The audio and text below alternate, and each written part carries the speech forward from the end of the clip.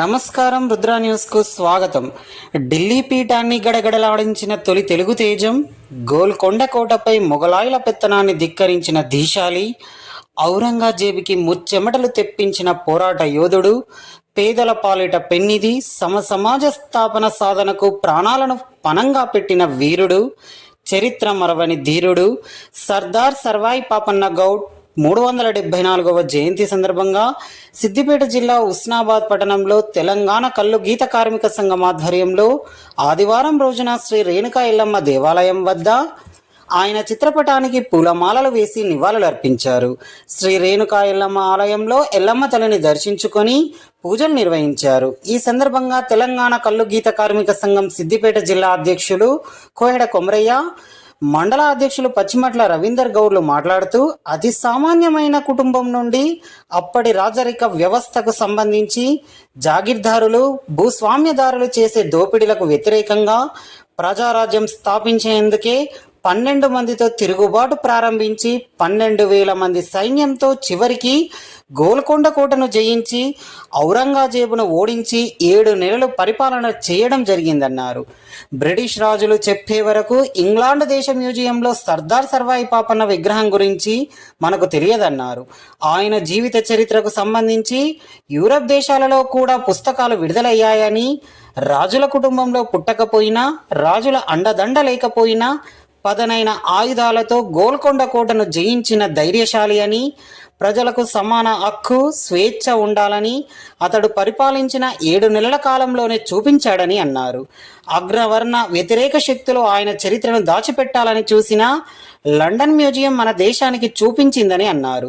ఈ సందర్భంగా బహుజనులందరూ ఇటువంటి మహనీయుల జీవితాలను ఆదర్శంగా తీసుకోవాలని, అదేవిధంగా కేంద్ర ప్రభుత్వం సర్వాయి పాపన్న గౌడ్ పేరిట స్టాంపు విడుదల చేయాలని తెలంగాణ కల్లు గీత కార్మిక సంఘం పక్షాన కోరడం జరిగిందని అన్నారు. ఈ కార్యక్రమంలో ఉస్నాబాద్ పట్టణ అధ్యక్షులు పూదరి రవీందర్ గౌడ్, నాయకులు బత్తిని లక్ష్మయ్య గౌడ్, పూదరి చంద్రమౌళి గౌడ్, తాళపల్లి లక్ష్మణ్ గౌడ్, వడ్లకొండ శ్రీనివాస్ గౌడ్, కోహెడ శ్రీనివాస్ గౌడ్, పాకాల సమ్మయ్య గౌడ్, కోహెడ బాలయ్య, పూదరి కుమార్, పూదరి వెంకటేష్, జాగిరి మల్లేశం, తాళ్లపల్లి రాజయ్య, సూదుల నరసయ్య, గట్టు మల్లేశం, పూదరి పెద్ద రవీందర్ తదితరులు పాల్గొన్నారు.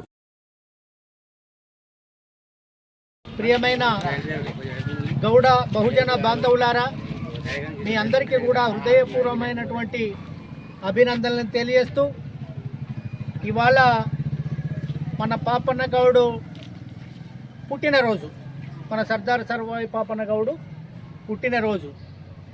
ఆయన మహానుభావుడు 300 ఏళ్ల కిందనే బహుజన రాజ్యం కోసం ఈ కళ్ళమ్ముకుంటే ఏమొస్తుంది, వాళ్ళ తల్లితోటి తను చేసిన వాదన, అమ్మ ఈ రాజ్యాన్నే కొట్టాలే, కళ్ళమ్ముకుంటే ఏమొస్తుంది అమ్మ అని చెప్పి వాళ్ళ తల్లితోటి వాదన చేసి తన దోస్తులు అందరినీ, వివిధ కులాలకు సంబంధించిన వాళ్ళందరినీ కూడగట్టుకొని జట్టు కట్టుకొని కేవలం 12 మందితోటే ఆయన ఒక దళాన్ని ఏర్పాటు చేసుకొని అప్పటి నుంచి ఈ దొరలు, జాగీర్దారులు, భూస్వాములకు వ్యతిరేకంగా ఉద్యమాలు, పోరాటాలు చేయడం మొదలుపెట్టి తన సైన్యాన్ని 12,000కు పెంచుకోవడం జరిగింది ఆఖరి వరకు.